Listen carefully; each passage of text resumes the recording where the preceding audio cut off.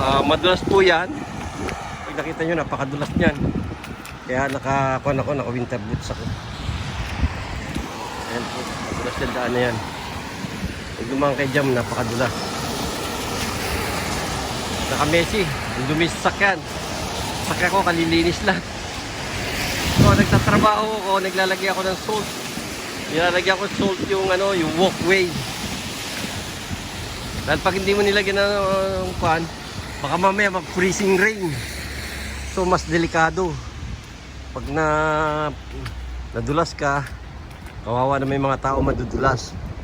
So sakripisyo nilagyan. Trabaho yan yung mga salt. Ayan yung salt.